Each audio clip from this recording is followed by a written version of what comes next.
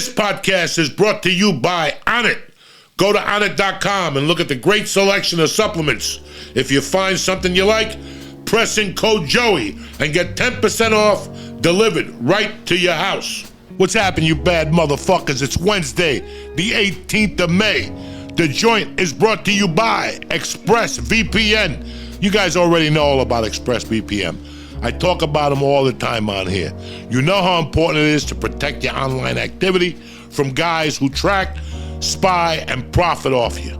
But there's actually another reason many of my listeners love using ExpressVPN. You ready? Netflix. Thousands of shows on Netflix are only available outside the U.S., so you need to change your country to see them. ExpressVPN reroutes your data through a server located of your choice and lets you control which country you want Netflix to think you're in. You want to be in fucking Sweden? There you are. You want to be in Puerto Rico jumping up and down? There you are. Choose from over 90 different countries, so every time you run out of stuff to watch, fire up the app, switch your country, and hit connect. I wonder what happens if you put fucking Singapore in there, whatever the fuck it is, Singapore. And it's not just for Netflix. You can use ExpressVPN to unlock other streaming services too. Look, there's a reason why ExpressVPN is the number one rated VPN provider by the publishers of The Verge and your Uncle Joey. So do me a favor. Visit expressvpn.com/Joey, Joey, right now, and get 3 extra months of service for free. That's it. It's that fucking easy. You think I'm going to bother you on a Wednesday? That's expressvpn.com/Joey. expressvpn.com/Joey. Take a chance with the dark web. And the joint is also brought to you by CBD Lion. The best. I love him with all my fucking heart. You ready for this one? I had a cat that was fucking dying. Wee Wee was not doing well till about 3 fucking weeks ago. And then my wife broke out the CBD Lion cat, CBD. She's out there scratching, singing. She's back. She's back. It's been fucking unbelievable. And my wife cut her other meds. What am I saying? That CBD Lion works for everybody, whether you're a dog, a cat, a fucking human being. Tip-top magoo. Whether it's the gummies, whether it's the kinesiology tape, whether it's the bat ball. The good thing about CBD Lion, they have something for you. You just have to go online. Go to cbdlion.com right now. Read the third-party lab results. There's something on there for everybody. I was telling somebody the other day, maybe the gummies don't work for you. Let me tell you something. I cut a piece of that kinesiology tape. I put it on my shoulders and my knees, and I'm fucking fine for a couple hours. Give it a shot. Go to cbdlion.com. Read the third-party lab results, and when you find something, push in Joey. And don't even get me started on their Delta 9 CBD Lions. Relaxation to the fucking max. So do me a favor, cbdlion.com. Press in Joey, joint, or church and get 20% off delivered to your house. cbdlion.com. Code Joey, joint, or church, 20%. Now let's get this fucking party started, because it's a beautiful day to be alive.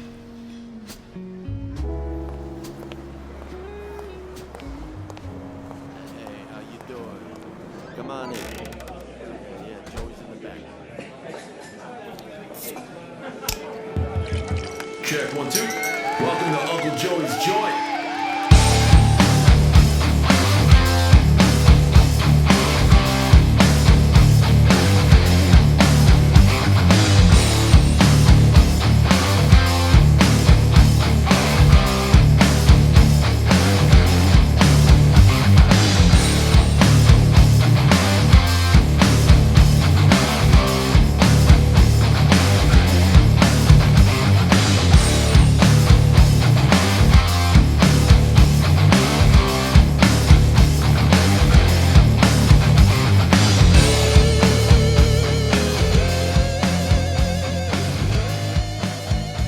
What's happening, you bad motherfuckers? It's Wednesday, the 18th. Welcome to Uncle Joey's Joint.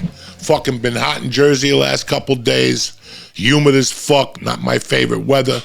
When I left Jersey 40 years ago, that was Guys, as stupid as this sounds, yes, I had to leave because I was looking for a new life, but at the same time, I fucking hated humidity. I do not do well in fucking humidity. You get this, like I took 3 showers yesterday. 3 fucking showers because I just felt dirty, you know what I'm saying? And my wife's like, why do you take so many showers? Because I'm a fat dude. When you're a fat dude, you got to stay in front of it unless the tit sweat starts to fucking stink up a little bit, you know what I'm saying? So you got to stay on top of it. But I don't give a fuck. It's summertime. I put my thick hooded sweatshirts are gone. Now I got a couple light ones left, and in 2 or 3 weeks, those are motherfuckers will be gone too. So it's that time of the year. Celebrate. What scares me a little bit is that New Jersey, I saw it today at the gym, we got 3,200 cases of COVID. I mean, listen, nobody's dying. Nobody's going to the hospital. But it makes you think about December. So whatever plans I'm doing this year, December I'm not including, because the 3,200 fucking new cases in May and people are out. What's it going to be like in fucking December? By that time, we'll have another fucking variant. Who the fuck knows? So if I'm just letting you know right now, plan ahead. Don't get too crazy in fucking December. The first week or so, you could mingle, and after that, COVID will be out. Who gives a fuck anymore, guys? It's just a fucking headache. But it slows you down for a few days. But somebody was telling me now, if you have COVID, you can still go to work with a mask on. If you're whatever the fuck, vaccinated. I don't know. That's what I heard. I don't know how fucking true it is. But it's a new day. It's a new fucking week. I'm excited.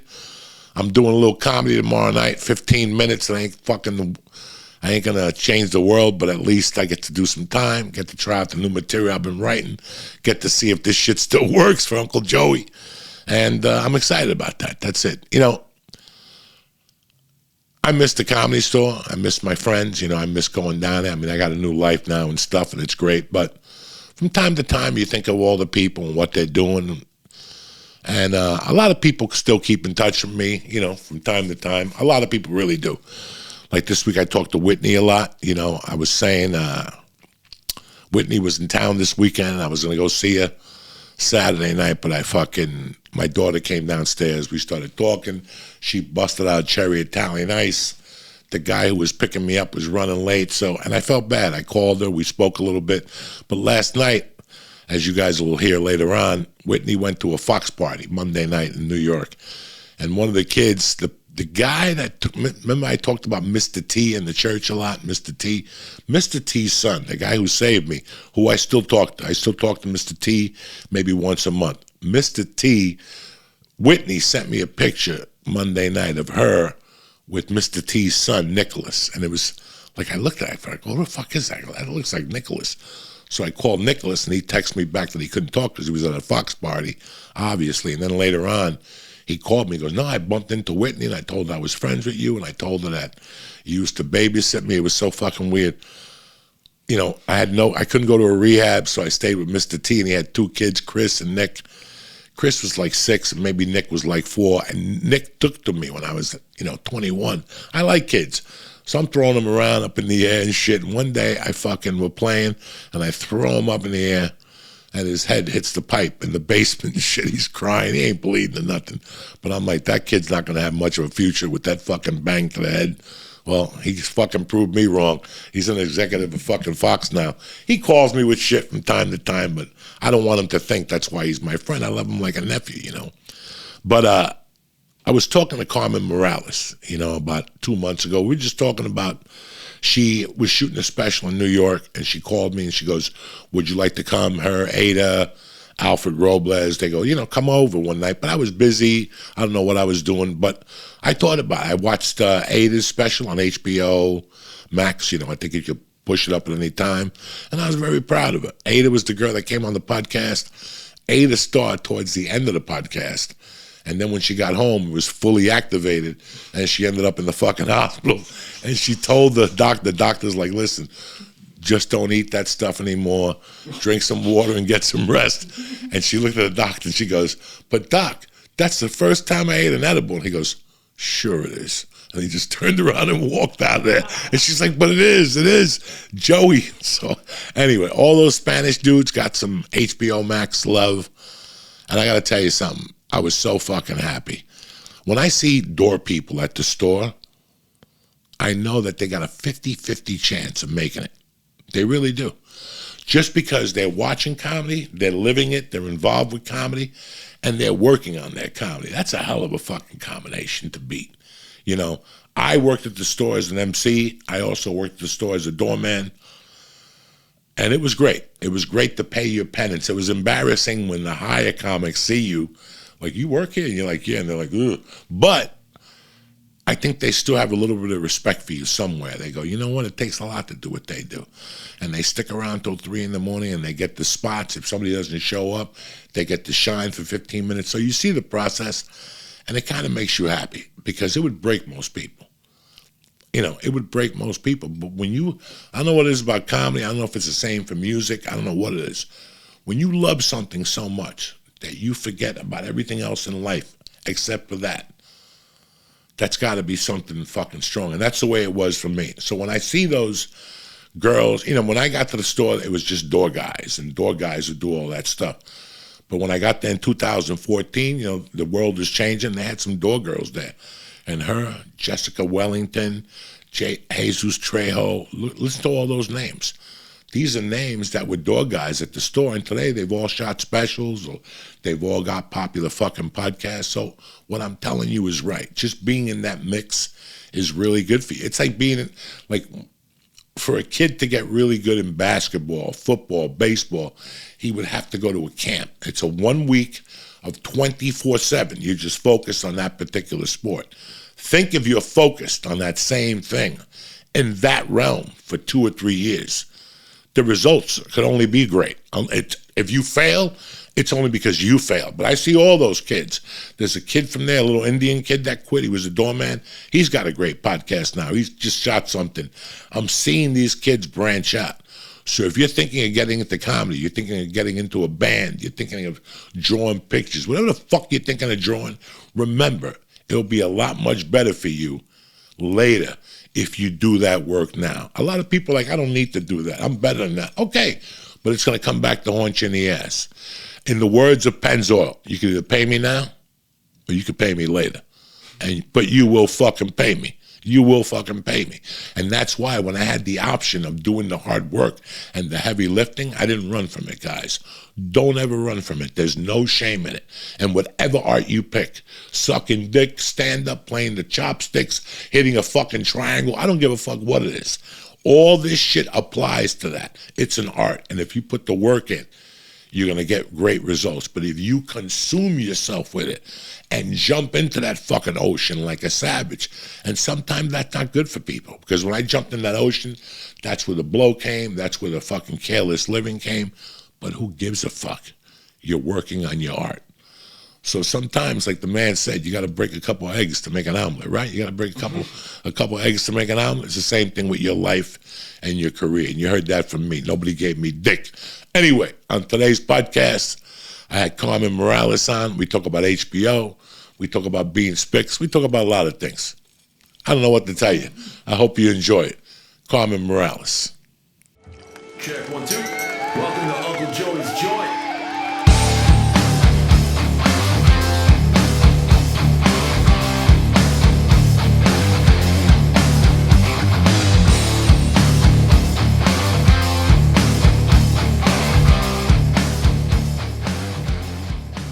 Oh, shit. Oh, there he is. Oh, shit.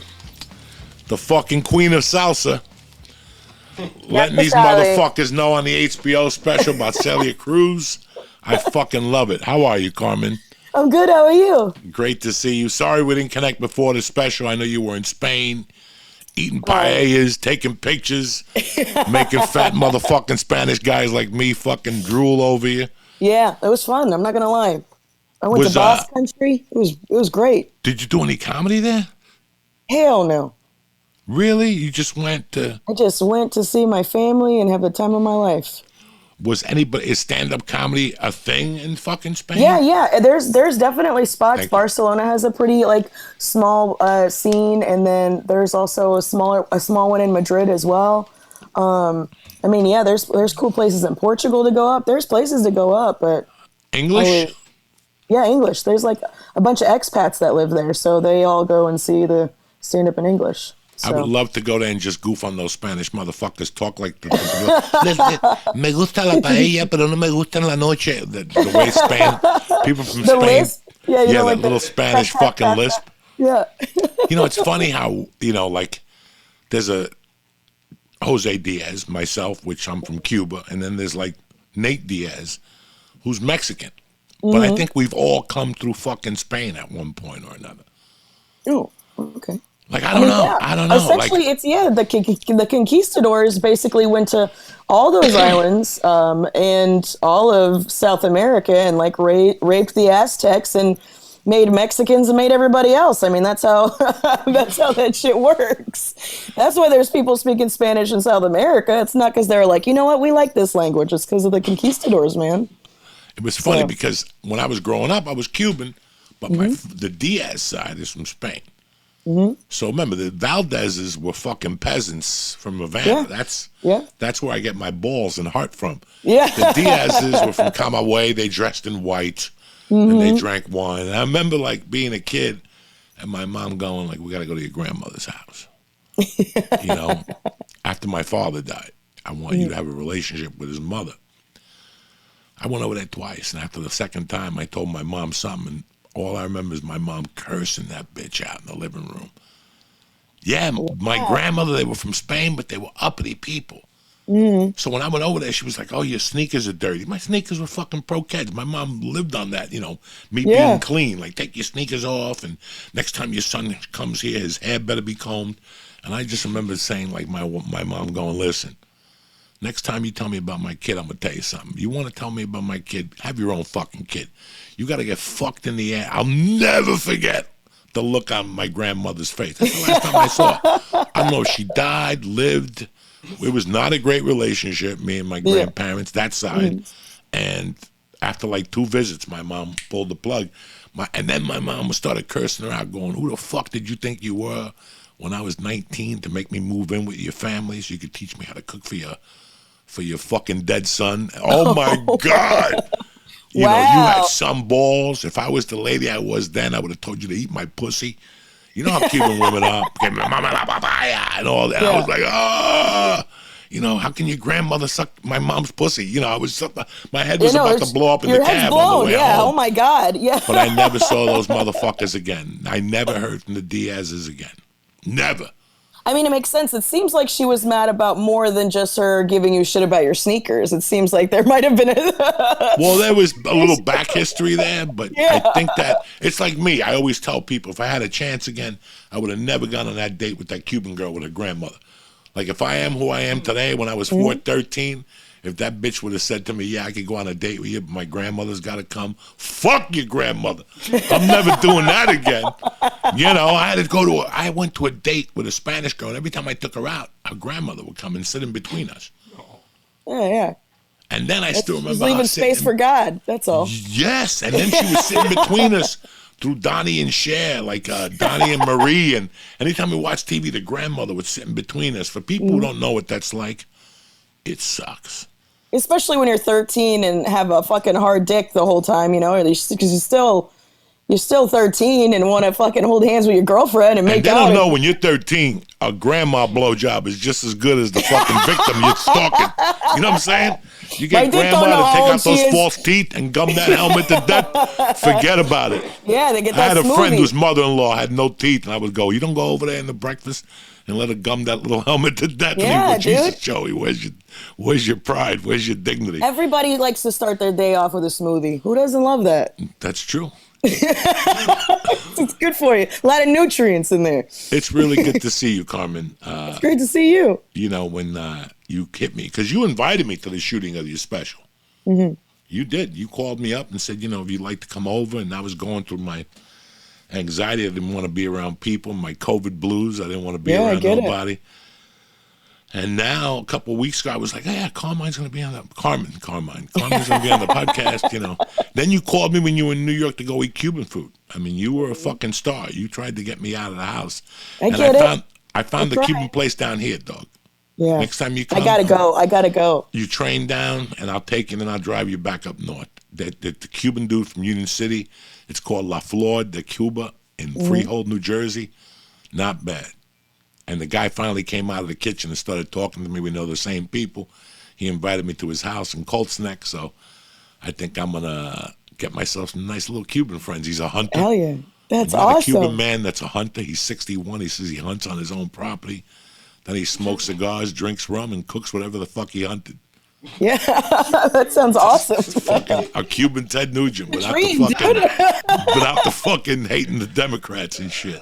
Yeah, my dad was actually when he immigrated here. They lived in Union City in New Jersey, where like a lot of Cubans went there. That was the number 2 spot in the country for Cubans. And listen, if I don't know if you went to Union City last time you were here. Like I was definitely gonna meet you on 54th. 54th and Palisade. It was a nightmare that week before I got to film. It was like every day it was something, and then it was like the week leading up to it, like the minute from when I got to New York till after we finished filming, it was like uncut gems. It was just one thing after another after another. I got a needle in my foot. I like lost my phone. It was just like one thing. The dress that I was supposed to wear for the special didn't show up until like 6:15 when we started filming at 7. You know what I'm saying? Like, it was just like thing after thing after thing. And like, it was just, there was so much shit that went wrong. I mean, it all worked out at the end finally, but you know, it was just nothing but stress. So, but I still got to go to Peter Luger's, so I felt good about that. How good was Peter Luger's? Oh, it was amazing. That fucking steak, they chop it up for you in little chunks right there. I was going to go and I got scared because they shot a motherfucker. Oh my God. They shot a motherfucker at Peter Luger. About a year ago. 4 months before I was there, they shot someone. Yeah, they shot a motherfucker. I'm like, they're still legit. That steak is great, but it ain't fucking worth getting shot over right in front. You went in the afternoon, right? Yeah. You can't get a table at night. It's like fucking unless you know. Well, I couldn't anyways. I had shows. Oh, that's right. You had shows and shit. Preps and all that shit. So I was very happy for you that you got the whole flavor, and that would have been great. Like the compliment. Peter Luger's with a little motherfucking Cuban food. Walk around Union City. I would have showed you all. There's not even any Cuban spots anymore. Really? Yeah. Listen, it's all apocalyptos. You know, it's like South American. They're all mixed. There's some Cuban in there, mixed, but not really. And like the people said, the Cuban that are coming over now are not the same Cubans we grew up with. It's a different breed that's coming over there. You know, everybody's changing. The way things are over there, it's awful. I mean, I get it. They're legitimately fleeing from Cuba because, like, things are horrible there right now. They cut off the internet for the whole island, so these people couldn't tell the rest of the world that they're just murdering their kids in the street and stuff. Like, it's awful. And they fucking got no meat. No meat. They're vegetarians now by fucking... By necessary. By necessity. Yeah, by necessity. I'm sorry, not by choice. Because you go to jail if you fish. Yep. If they catch you fishing, you go to jail. That's the best fish in the world. That water is unpolluted. Yep. And there's the meat isn't enough for the people now. So the meat just goes to the government and, you know, some big shots. Everybody else lives on eggs, milk. Yep. Rice. You got to know a guy. You got to know a guy that knows when the truck is coming, and this is like probably once or twice a year. When there's a chicken truck coming, and then you have to know the guy. It's almost like you're buying stolen goods. You got to know the guy. You got to bring your little book and just hope you get some titty meat or hope you get some kind of chicken. You know, it's rough, dude. It's real rough. That's why People anytime somebody immigrates, it is. Dude, it's fucking awful. Well, Biden reopened it up again yesterday. Oh, Biden shit, really? Said, yeah. Cubans, what Trump closed, Biden opened up now. So now Cubans could go back. And now my sister died in February, so I got in Cuba. My sister died in February. Yeah, and I had no fucking way to go back down there. No. And they bury him quick. Next day, max 2 days. Like it's so fast too. They don't fuck around in Cuba. No. They gave her a week. They gave her a week, and she died in a week.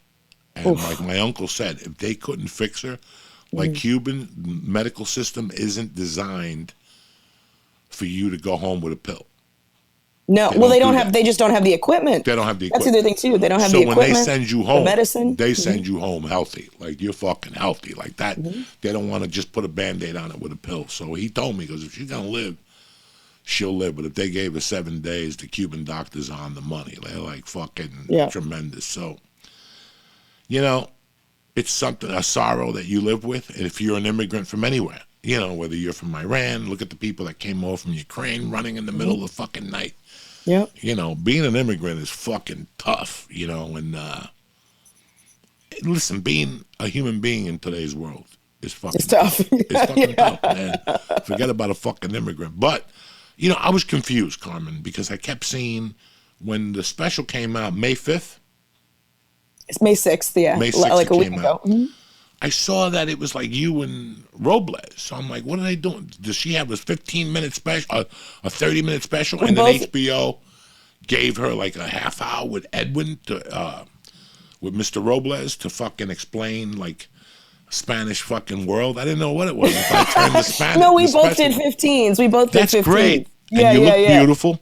Thank you. You look fucking beautiful. And have you gotten a lot of calls from it? I mean, what's your expectations from it? I mean, it's been a week, so it's been like a pretty like a slow trickle as far as like internet stuff. It's just more and more people are like discovering it, which is cool. Like HBO's done a really nice job of their placement. Like when you go to the comedy section, I'm right there, you know. Well, I went and I saw fucking the other guy's hour, but I didn't see yours. I had to actually fucking, you know. You had to look for it. I had to look for it. And I was pissed. I had Gerard Carmichael's special out, but they didn't have yours. And it's Asian Pacific Month. You know, what the fuck?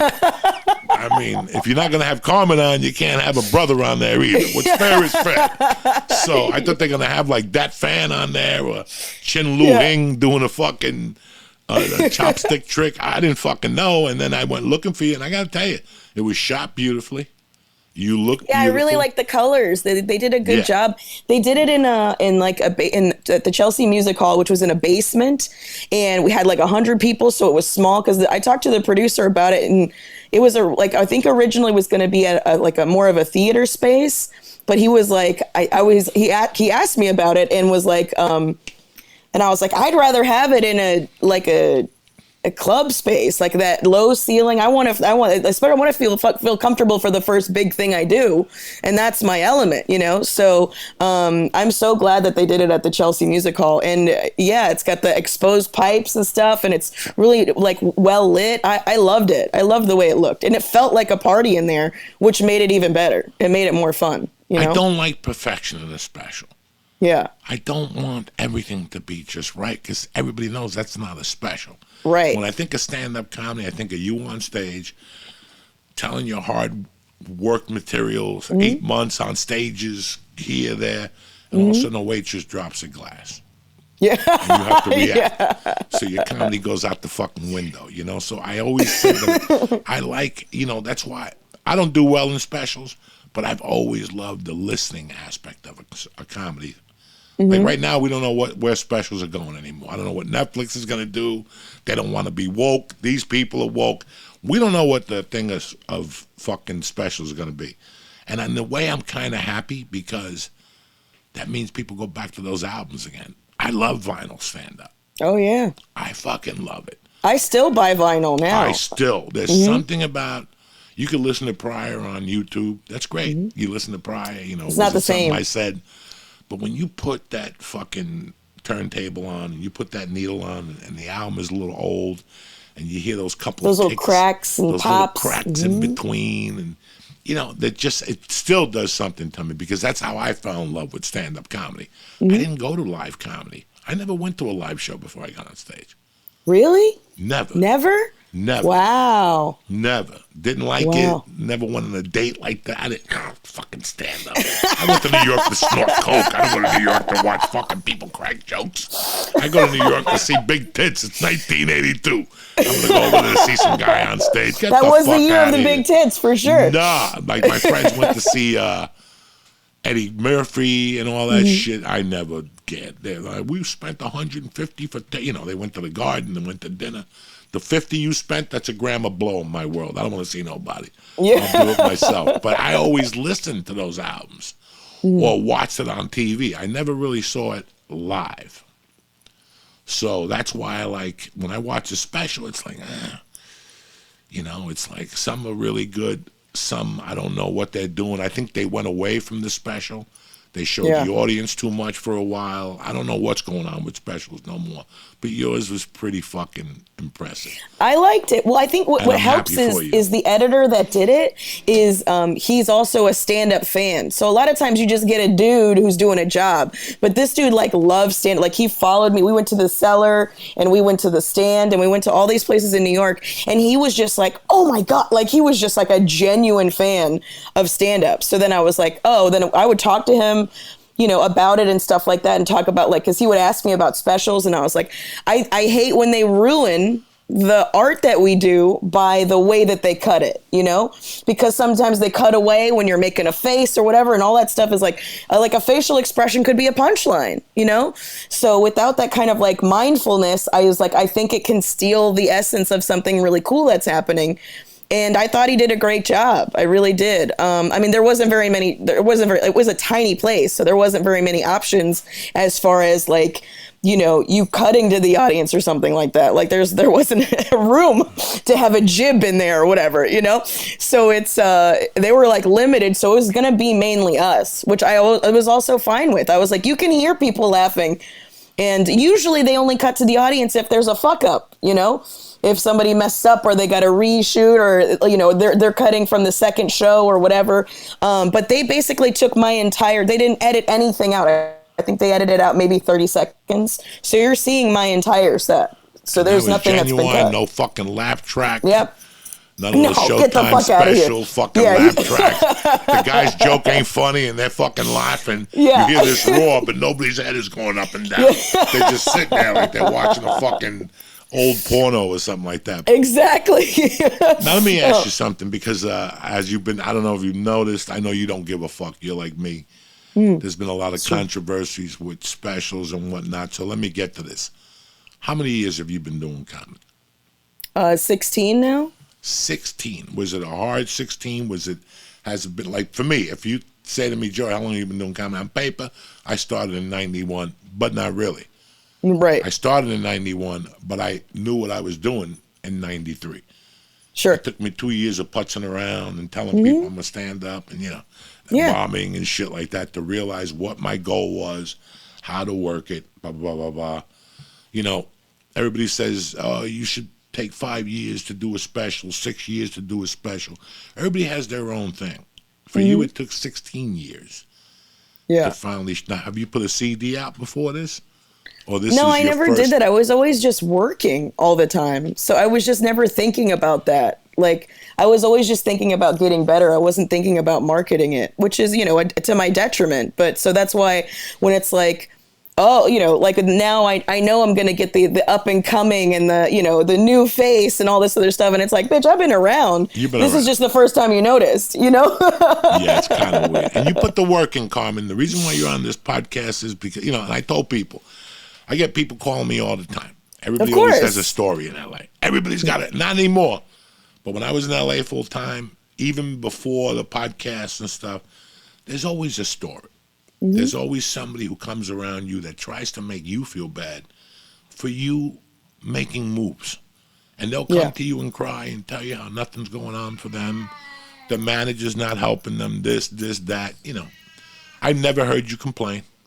I got no complaints. I saw you at the store picking up garbage cans and carrying out fucking garbage cans, you know. And I know no woman wants to be carrying out garbage cans at a fucking bar. No, that's your fucking job. We suck dick so you can take out the trash.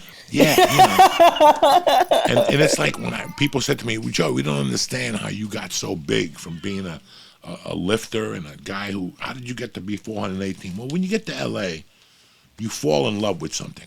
You fall in love with the art of comedy. And you know what? Like they say, like Metallica said, nothing else matters. Nothing else fucking matters. Yeah, exactly. You don't care about your health. All you care about is sleeping.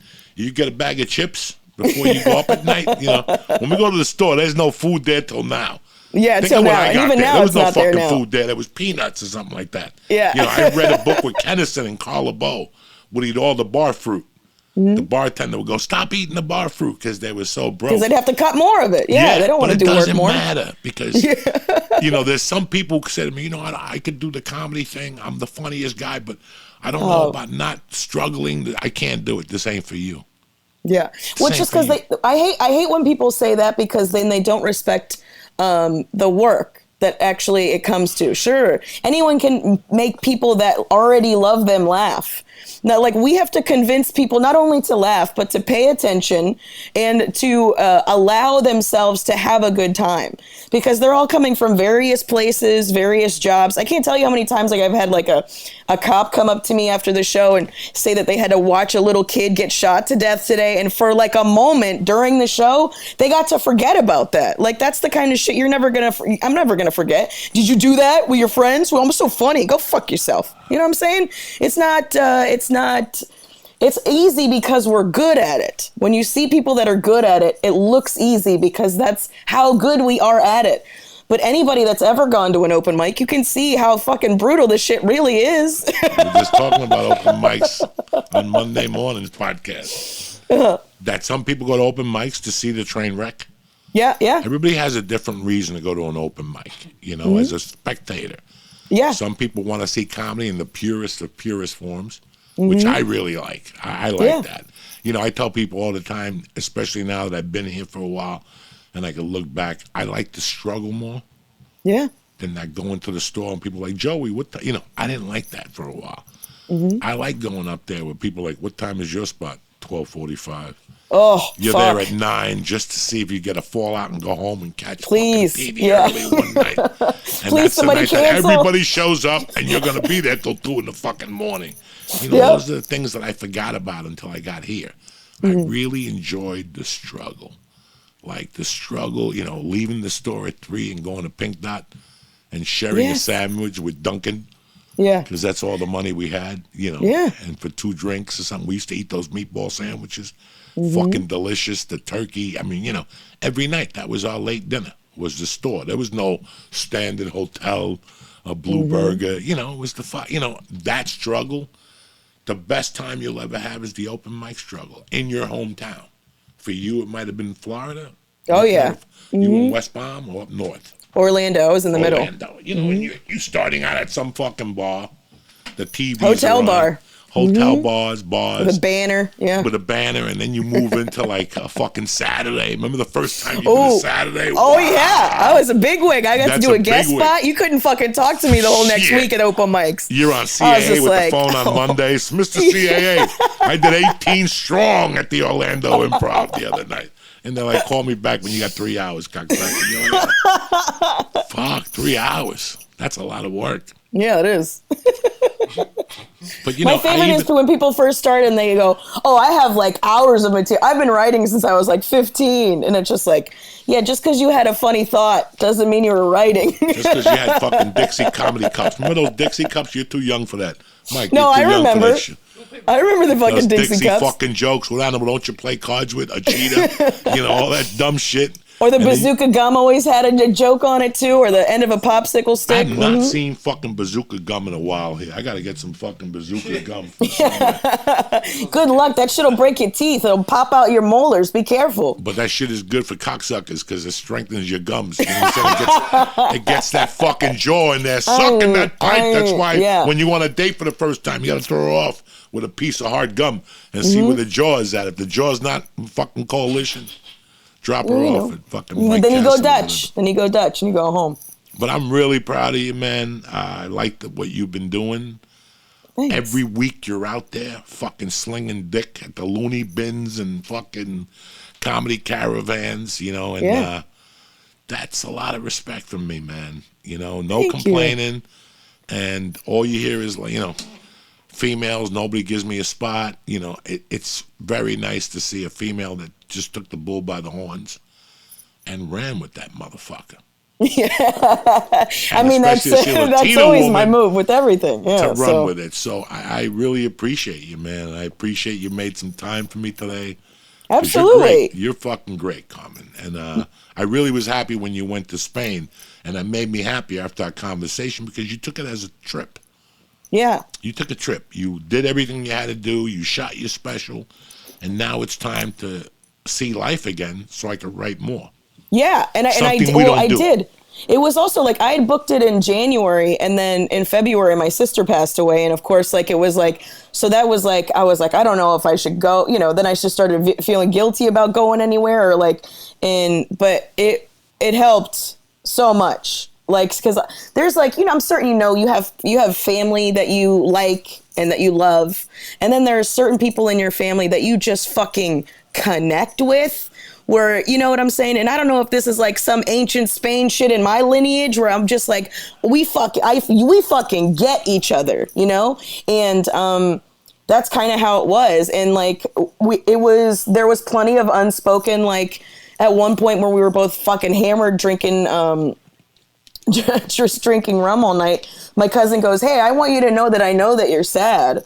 We don't have to talk. And I want you, but I don't want you to think I don't know. And, but I want you to be able to try to remember how to feel outside of the pain that you're in. And that was the whole thing is like, cause I don't talk about it. I don't want to talk about it. It's not really how I deal with it. The day I started feeling good about it was the day I started talking about it on stage, or I saw, cause it was like 2 months or almost a month and a half before I saw like another comedian friend of mine, somebody I felt comfortable with. And I immediately was like, joke, because it was just all family and stuff like that. And you can't be like that. You can't be a comic all the time. Otherwise, then your family ostracizes you, you know, because end up being a dick because it's the funniest thing you could have said at that moment. You know, so I try to be conscious of that. And so then it was like, it was such a relief for me because I was being a support for my mom, you know, because that's the worst pain anybody could ever go through, the worst pain. And it's unimaginable. So it was like, I was kind of like helping her bear that burden. And then, you know, and then I see a comedian and I'm like, oh my God, I'm going to talk so much shit about myself. And, you know, I start saying it. And then I'm now here, my catharsis is happening. Now, me and other people laughing about these silly thoughts that I have about her and stuff like that makes me feel better. You know, it just genuinely does. And so it's like the shit, like, I guess that's why I don't know. As far as the spectrum goes, I feel like I'm pretty in the middle as far as like being socially conscious and being annoying, you know, in that like, I think I should be able to talk about fucking anything I want to ever. I do. I genuinely think that. Is it always going to be the right thing or the, like, you know, like the correct, like not even the correct, but the most, I guess, conscious thing, or like the most, but the only way you get to those places is by figuring it out. And sometimes you're figuring it out on stage, and definitely for me, because I don't write. I'm bullet points and I figure it all out on stage and I record it and then listen back. That's how I do it. So it's like, sometimes you're going to be wrong, because you're just thinking all the thoughts and seeing which one is the one that makes the most sense. And I think sometimes when people will watch stand-up or they'll see a leaked video or something, they're seeing something that's incomplete and then judging you on that. Like if you ever see somebody painting in the park or something like that, they're in the middle of working on something. And then if you looked at that and you're like, oh, that's shit. Well, yeah, it's not fucking done. Why don't you let me finish cooking it before you criticize it? Come to the gallery, cocksucker. Yeah, exactly. Don't wait till it's hung on the wall, you prick. Yeah. Well, I got to be honest with you. You know, I think back to my life, and I think about when I found my mother on the floor. The first thing I did, I cracked a joke. You know, I got left back. I never told her. And I kept thinking to myself, I'm never going to have to tell her I got left back. I don't know how it's going to happen. And I found her on the floor, and the first thing I said to myself was, fuck, I never had to tell her about getting left back. I knew that was right. And then it all hit me. And a couple of weeks ago, now that was 79. Yeah. That was November of 1979. Then I did something 2 weeks ago here. I had a guest on the podcast, and it was my mother's anniversary of being dead. It was her birthday, May 9th. And I said, happy birthday to my mom in hell. And it was a stupid joke. Yeah. And that night I felt bad because I had said that on the podcast. But I go, no, I'm still a comic. Yeah. Because I went to the immediate thing that a comic does. He heals himself with the fucking thing, whether it's putting a Band-Aid on it or pushing it in the back. We heal ourselves. We don't want to think about that right now. When I found my mom for the first 10 minutes, I was like, what do I do? Yeah. Do I pet her head? Do I tickle her? What do I do? Yeah. After the ambulance took her and I was sitting there, I started cracking. That's when it started hitting me. And then the jokes weren't that good anymore. Of course. You know, yeah. that's when. But a comic's life is fueled. A comic's material is fueled by pain. That's why it's great to be a comic, because when something good happens, you can talk about it. And when something bad happens, when you're ready and you have the balls, you could talk about it. I.e., lesson number 1 from the great Mr. Doug Stanhope. Doug Stanhope taught me that in 1997. When something good happens, go out there. You got your dick sucked. She had a missing tooth. Ha ha. You know, my mother got, in every type of death. I want you to know this, and for the people at home. And I don't give a fuck unless you're a fucking woke. In every death, you could stop and go. Like, every death, whether Elvis shitting himself on the toilet, okay, and I loved Elvis, the same thing, you know. So when you go to a wake, like my first, like if I find out your dad dies, somebody goes, Carmen's dad died, I'm gonna come up to your store and go, Carmen, you got a minute? I don't want to bring it up here, but I'm really sorry about your dad, and you'll hug me, and when I pull away, I'm looking at your eyes, all right, and if you're okay, I'm going to take a pause. You're going to go, thank you, Joey. I'm still whatever, proud. And I go, okay. And then I'll take a pause for like 3 minutes. And I go, what's the story with the will? What are we getting? That's how I know that you're a comic. That's a real comic. Yeah. The guy that has the balls to say that to you. Yeah. Because that motherfucker's going to look at you and go, Joey, you scumbag motherfucker. I kill at a funeral because me people too. want that I release. And I'm experienced. I'm an experienced funeral fucking comic. You know what I'm saying? I go into a comic and start smelling flowers because it's true. Look at my grandmother's dress. Oh my God, look at. You know, when my mother's wake, I was making fun of everybody to myself. Look at this fucking puke with purple shoes on. Look at this motherfucker with Puerto Rican shoes on. I would make jokes at the casket and shit like that, where it was just like, this bitch would never wear this shade. I don't know who fact checked this. It was like, that's why people say to me, well, I'm going through a rough patch. I can't do stand-up right now. You're a retard. Because this is when I'm out there talking about all that shit. And if you watch Stanhope's early work, he tackled a lot of his pain, and it was fucking hilarious.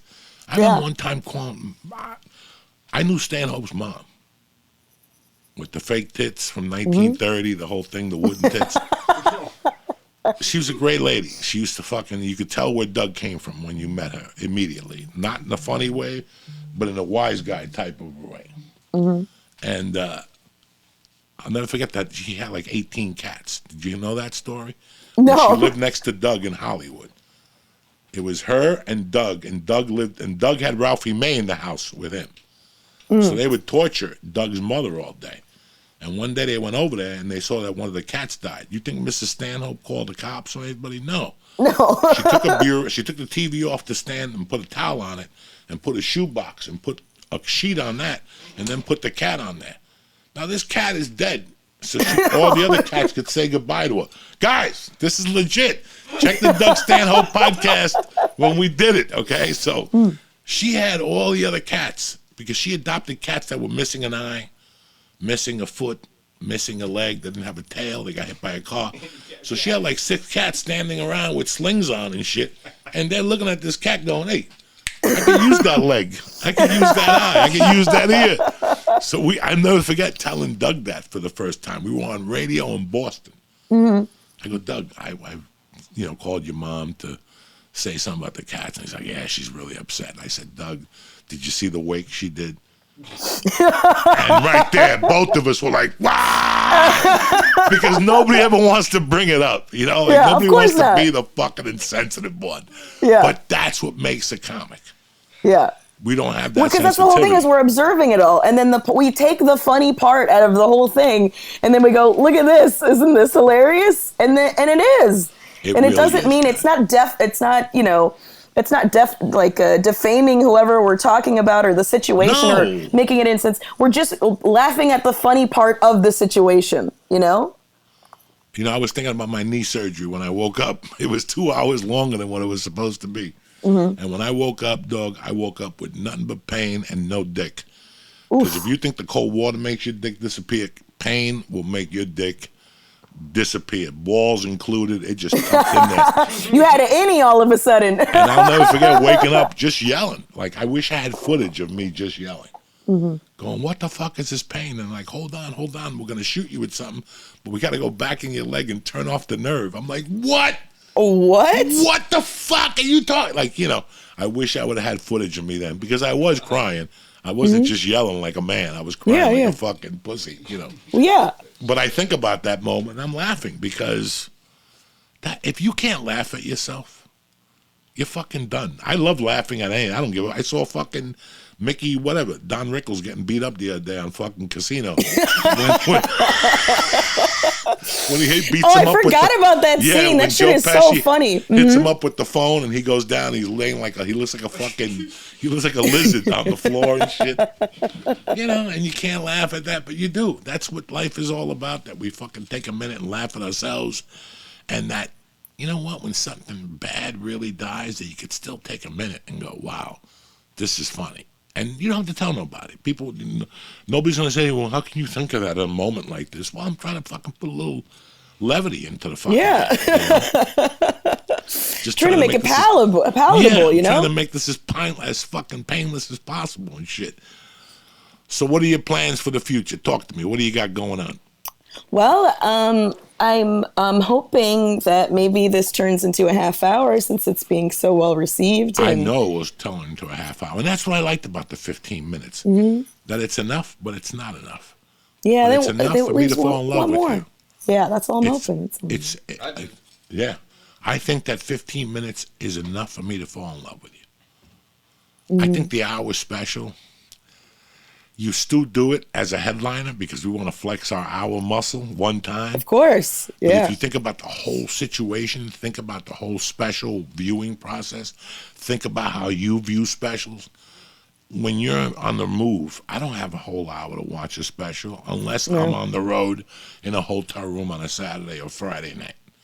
If I'm here, no. With the kid walking upstairs and my wife asking me how I am, I can't watch a fucking special. You know?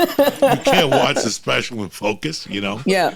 So that's why I think like sometimes a 15 or 30-minute special is fucking just enough, man. Yeah. And it keeps them wanting more, which is the most important thing.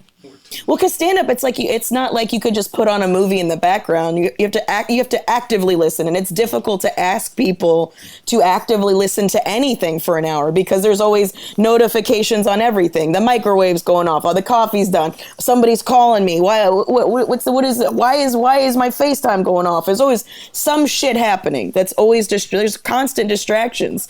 So I think shorter form, like, I'm still a old school purist, and I love an hour because I love an arc. I love taking people on a journey and all that shit. That's my favorite. And I have an hour ready, you know, but I will do a half hour that's going to have nothing to do with the hour, because it's like, I also, at the end of the day, like, most people are going to consume it in clip form. They're going to watch it a minute to 2 minutes at a time, you know?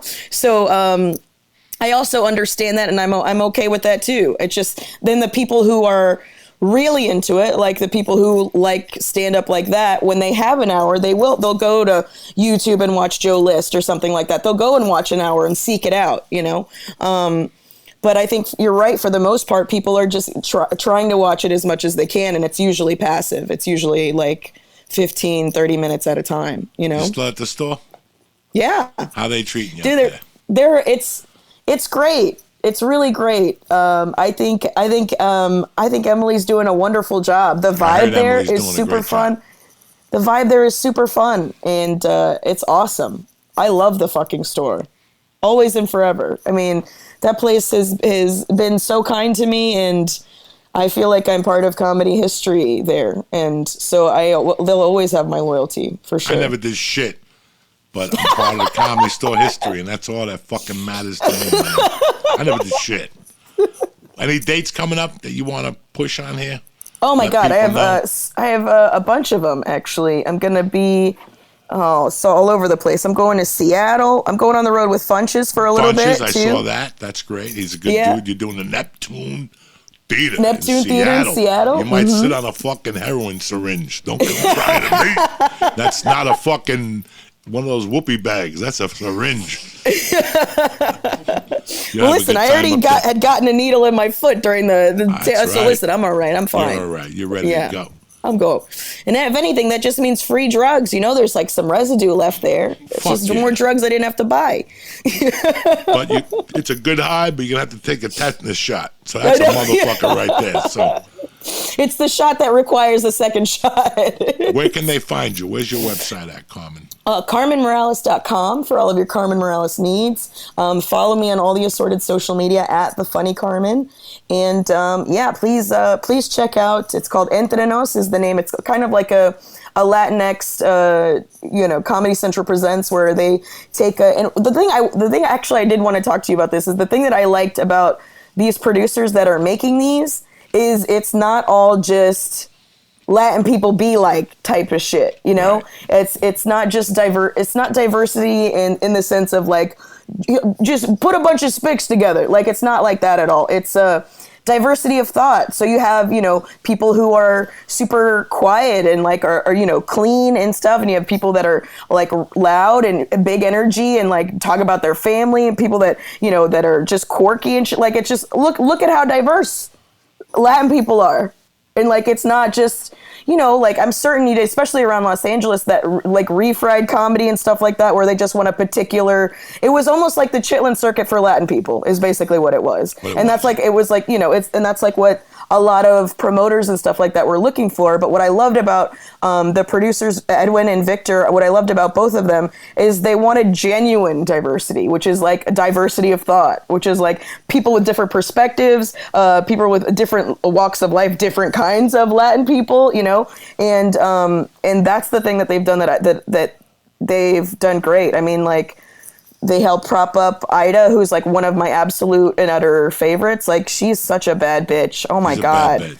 She's amazing. And her and I always talk about you, which is funny. Yeah, when she ate the edible and ended up in the hospital. Yeah. I didn't even know. She called me the next day. She's like, I was in the hospital, motherfucker. What the fuck are you talking about? You just ate an edible and went home. But I could tell when her eye crooked, I thought, her eye just went...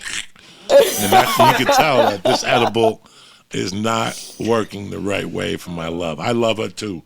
Another hardworking fucking savage. So I'm proud of you guys, man. This is what it is. Everybody thinks it's a fucking, you gotta go on the Rogan, but listen, you gotta do your work. Forget fucking Rogan, forget the Tonight Show, forget a Netflix special.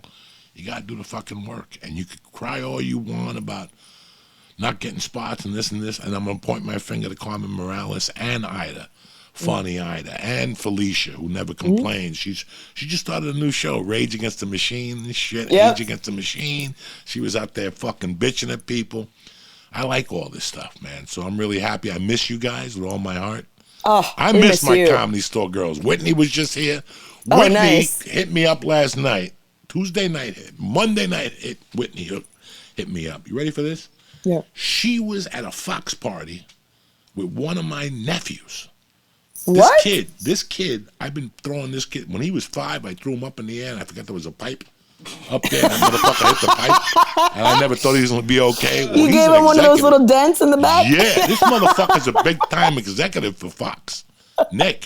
Nicky T. Like, I knew him and his father saved me from drugs in '85. His father moved me in, and instead of me going to a rehab, helped me out. And now, today, that kid's son is a big shot at Fox. And he calls me once a week to go, I heard your name today. It made me proud.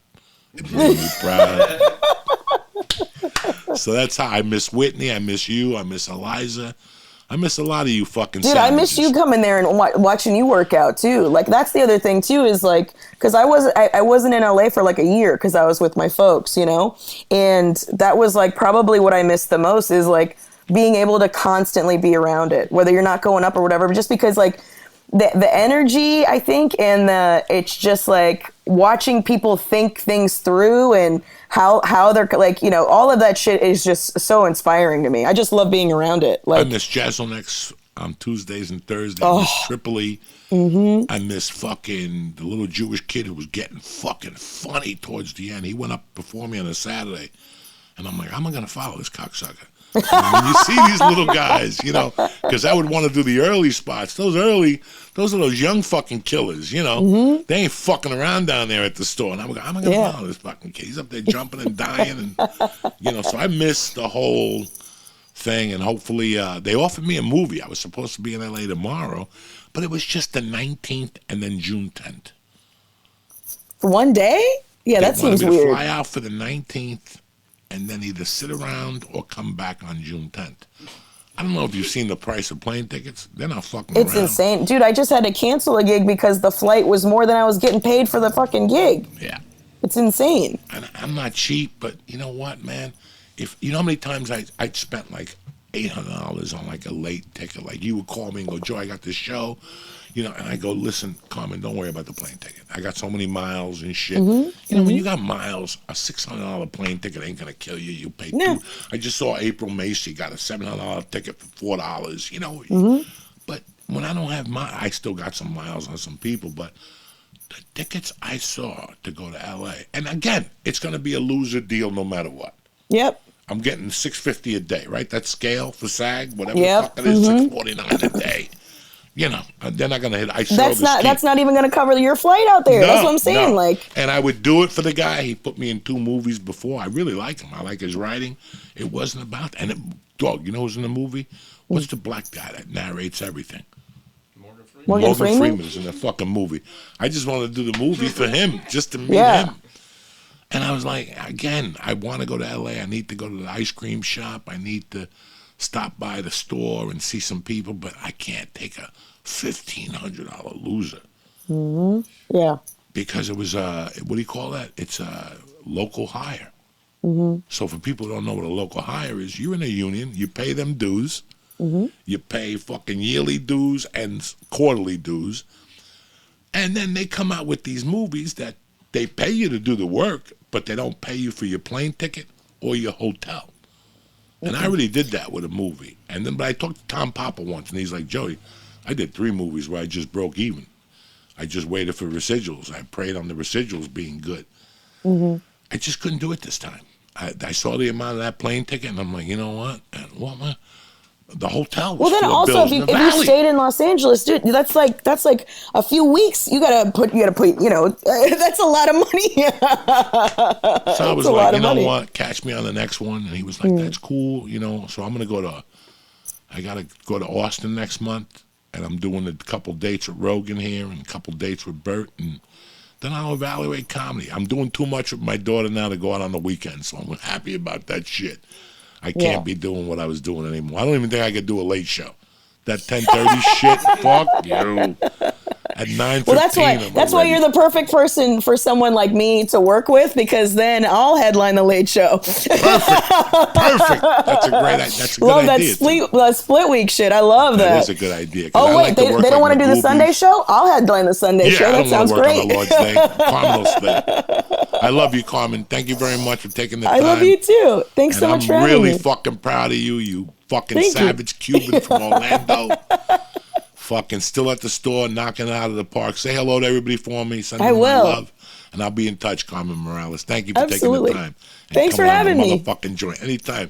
Te quiero, mi hermana. Lávate el chocho. Sí, está limpio. Está bien.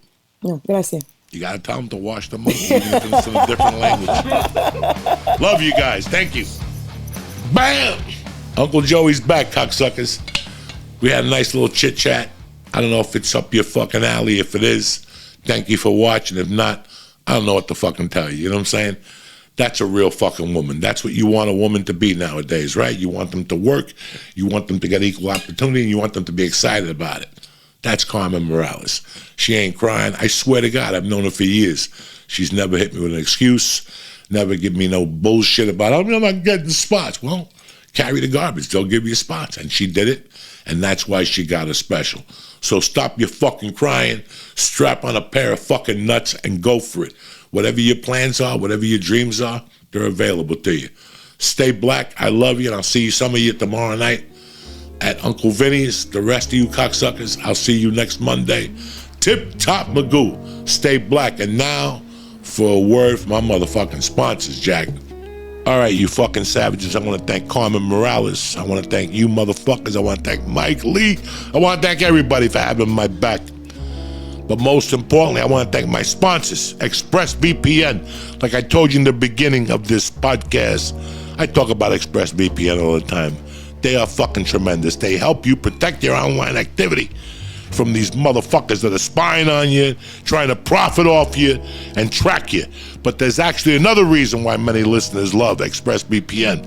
You get streams from motherfucking countries. Thousands of shows on Netflix are only available outside the US, so you need to change your country to see them. ExpressVPN reroutes your data through a server location of your choice and lets you control which country you want to watch Netflix to think you're in. Choose from over 90 countries, so every time you run out of stuff to watch, fuck it, you fire up the app. What's going on in Bulgaria this fucking week? And that's just not on Netflix. That's with everything. You could, with ExpressVPN, you could unlock other streaming services too, and you could dive deep into the dark web of the underworld. Look, there's a reason why ExpressVPN is #1 rated VPN provider by publishers of The Verge and your Uncle Joey. Visit expressvpn.com right now /Joey, Joey, right now, and get 3 months, extra months of their service for free. That's it, free. expressvpn.com /Joey. I'm going to give you 3 extra months of their service for free, just like that. So go to expressvpn.com /Joey to learn more. The joint is also brought to you by one of my personal fucking favorites, my do or die, my ride, CBD Lion, the best, whether you get the capsules, the kinesiology tape, the fucking cream. I mean, listen, they're the #1 in my world. Why? They've been with me for 3 years. You guys know I wouldn't have kept them around. I'm an old man, and they help me in every aspect of my fucking game. You could even get the bath balls. Forget about it. Just go to CBD Lion. Read the third-party lab results. Read all about CBD, CBN, CBO, CBY. Get educated, and then order something. Put code Joey, Joint, or Church, and get 20% off your first order. Do not forget about those Delta 9s. They'll put you in another fucking dimension. If you get 20% off on the Delta 9, it's a tremendous fucking deal. So knock yourself out. I want to thank CBD Lion, ExpressVPN. I want to thank Onnit, and I want to thank thefreezepipe.com. I love you cocksuckers with all my heart. Stay black, and I'll see you tip-top magoo Monday morning.